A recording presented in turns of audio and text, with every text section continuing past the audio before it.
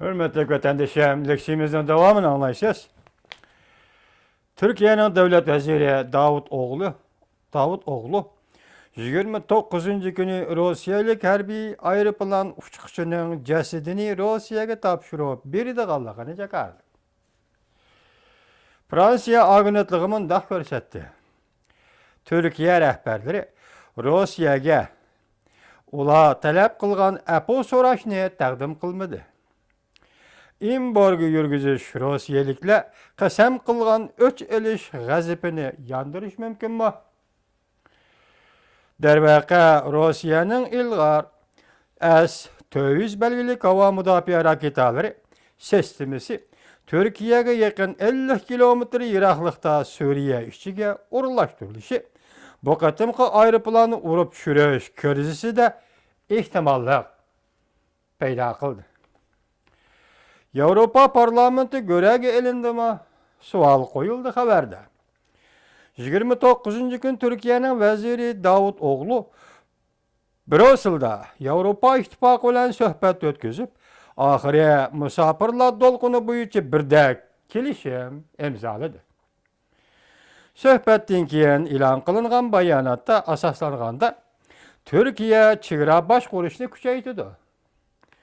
Urush qalaymaganchiligida O'rta Sharqdan Turkiya orqali Yevropaga kelayotgan musofirlarni Turkiya davlat chegarasi ichida cheklaydi. Yevropa ittifoqi Turkiyaga 3 milliard yevro qimmatida yordam berdi. Turkiya fuqarolariga vizasiz imzo qo'yib berish siyosati echib etildi. Türkiye Cumhuriyeti'nin Avrupa İttifakı'na a'zo bo'lib kirish söhbeti qayta başlandı. Türkiye Cumhuriyet Veziri Davut Oğlu mundaq ko'rsatdi. Bu ish Türkiye uchun aytganda butunlay yangi boshlanishdir. Bu kun bizning, ya'ni Türkiye'nin Avrupa İttifakı'na kirish musabaqasida tarixiy xarakterlik bir kundir. Davut Oğlu mundaq ko'rsatdi.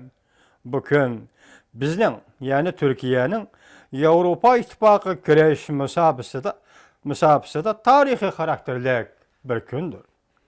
Söhbet oxirlashgandan keyin Avrupa Komiteti raisi John Key mundaq ko'rsatdi. Kelishim imzoladik. Lekin ikki taraf o'rtasidagi muhim farq va ixtiloflar, ya'ni kishilik huquq va axborot erkinligi masalasini unutib qolmadik.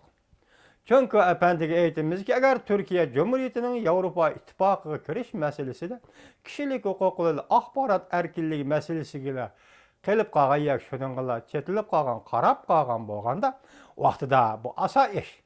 Türkiye demokratik davlat kishilik huquqni va axborot erkinligini hal qila oladi.